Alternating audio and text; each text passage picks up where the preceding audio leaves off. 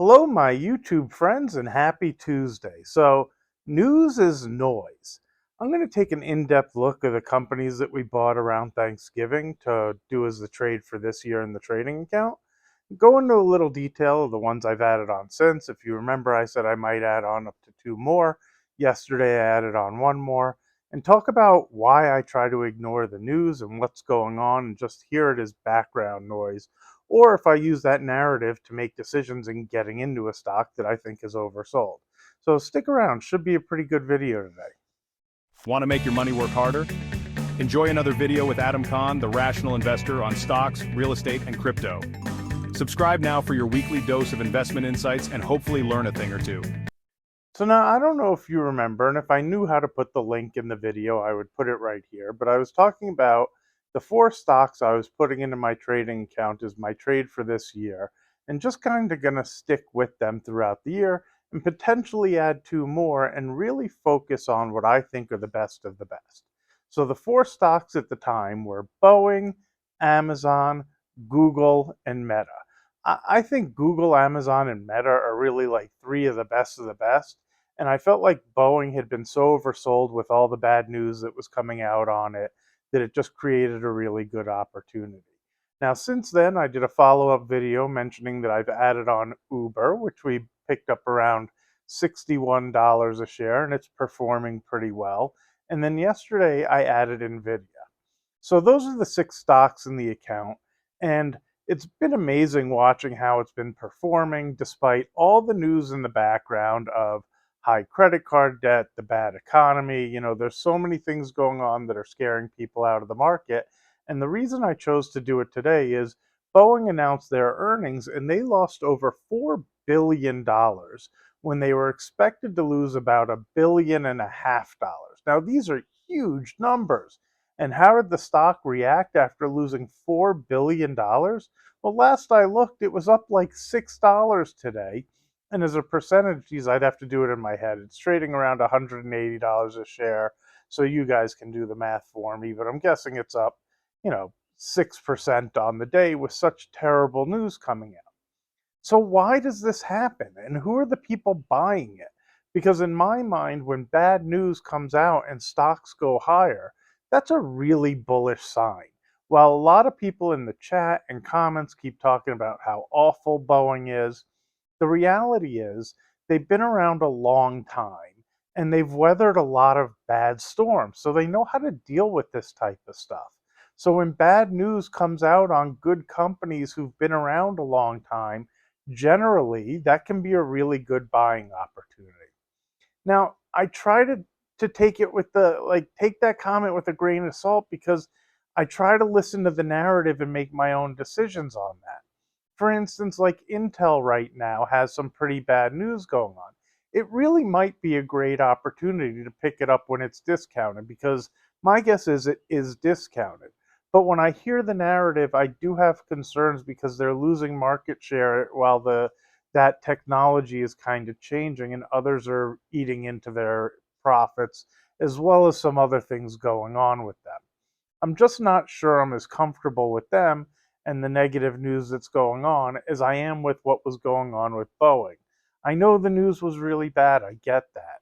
But the stock had sold off so badly, and I feel like today when they reported their earnings, it's one of those situations where, yeah, the news was bad, but everybody who wants to be out of the stock is probably already out.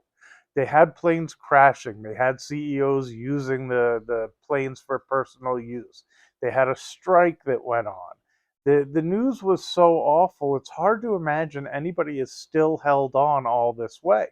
So, what I tend to think from comparing to how I saw markets when I was in the pit, yeah, they expected a bunch of selling, but there was nobody left to continue to sell. So when there were no sellers coming into the market, it just starts going higher. And if all the bad news is now in the past and they can start focusing on the future and how many planes they can build and how many they can sell and the contracts in place, I see upside potential going forward, which is what I liked about Boeing in the past. Now, as always, you guys need to make your own financial decisions. Please don't listen to me. use what I talk about on YouTube as entertainment purposes only, and do your own research as well as reach out to your own financial advisor to make any decisions you make in your financial choices. Now, the other thing that I've noticed is the stocks that are the best are doing phenomenal. There's all sorts of noise about the economy and how terrible things are. But I don't know. It seems okay. When I go out, the restaurants are crowded, the casinos are jam packed. I do feel like it's slowing down from where it was, which is what the Fed wanted. But I'm not really sure that China coming out with an AI that might, I mean, this is a rumor, let's keep in mind, that might be better than the ones that we're producing right now by ChatGPT and the others. I'm not so sure how that impacts Amazon sales or Apple or Meta or Google or any of these companies in a real way that could actually start hurting their growth going forward. Now, potentially, maybe I'm missing something there, but it's also why I picked up Nvidia yesterday when it fell off so hard. It fell off immensely, and to me, it created an opportunity to get into a stock that's been the one that everybody loves. And again, I don't really see it impacting their earnings. If anything, it's going to push the people competing against the company in China that came out with that AI to do it faster and better. So maybe it'll increase the spending and push companies to buy the NVIDIA chip. And NVIDIA is going to have to build more of them and get more competitive to help push us ahead. I don't really see it as hurting earnings, and I don't see it really slowing down the company. So it was interesting to me, the sell off. What that tells me is that there's a lot of traders and there's a lot of people that are too nervous and don't believe in the company, and they're not investing in Nvidia. They're buying it because they just think it's going higher. Whenever I see a sell off on a company that's that strong and has continued growing earnings and seems to be in such high demand, and it falls off that quickly, that hard on news that when you listen to the news didn't seem that bad, I don't know, seems a little overdone. So now we have 6 stocks in the account. I'm not sure what I'll do with Nvidia. I actually sold some calls against it because generally when it does sell off that quickly, it doesn't just rebound and bounce right back up. So I thought maybe I'd take a little bit off the table by selling a couple calls. I sold some puts in case it goes lower to buy more shares.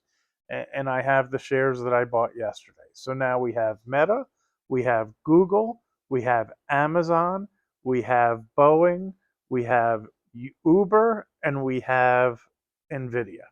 Those are the stocks in the trading account that I really don't plan to do a whole lot with. I have actually, as I mentioned in the video yesterday, been actively trading micro strategies, primarily by selling a call and a put to pick up the premium because it's got something like an implied volatility of 90, which is pretty high volatility for a stock, but to be fair, it moves around a ton. So it has good reason that the volatility is so high. But like I said in yesterday's video, when the volatility is that high, you get paid a nice premium to be able to sell the options. Now, with the other ones, I really do plan to hold them for a while, potentially for the whole year.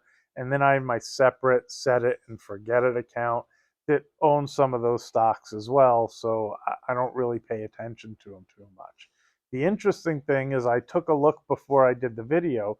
The one performing the worst out of the bunch is Meta, which I'm still up over 10% with an average purchase price based on today's trading because it's up trading above $670 last I looked.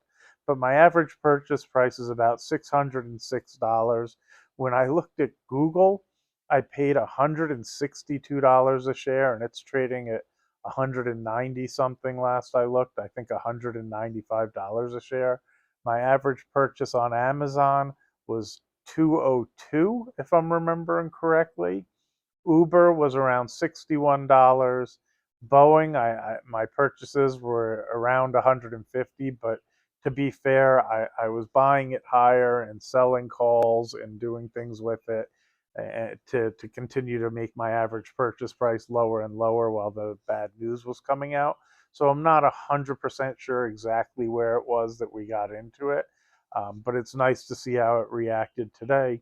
And then Nvidia we bought yesterday all the way down. I bought a little starting at like 123, and then I was buying it as low in the $117 and change range all the way throughout the day, continuing to nibble and nibble and nibble. And I thought today, if it was lower, that I would pick up a little more. Unfortunately, I was getting my son ready for school, and then I heard them make some comment that it was below the lows. And when I went to the phone to try to buy a little bit, it already had rebounded a bit. So we'll see what it continues to do. But my hope is that's about the worst of it, and we'll see it start drifting higher from here. Anyway, do me a favor if you haven't already, hit that thumbs up button, smash that like button. Those are the same thing. Get caught in a twist there. But if you haven't subscribed already, hit the subscribe button and subscribe to the channel if you like the content. Make some comments. All that stuff really helps the channel more than you know. That helps other people find it, and I appreciate it. I will do my best to try to do some more videos. I know I haven't had time lately, but partially with the trading I've been doing, I've been distracted with the markets, and then I've been distracted with family, looking at planning our spring break vacation, and we started even planning the summer one. I don't know how many where we do these nice big trips in the summer. Um, I, I watch my son getting older to overshare, and I hope to spend as much time with him. So anyway, that's why I stick with the top companies. I think they tend to perform until they're no longer the top companies. And until I see something that fundamentally changes that I no longer like them, I'm just going to stick with them. So have a great Tuesday. Have a great rest of your week. I'll try to get another video out sometime later this week. Bye bye now.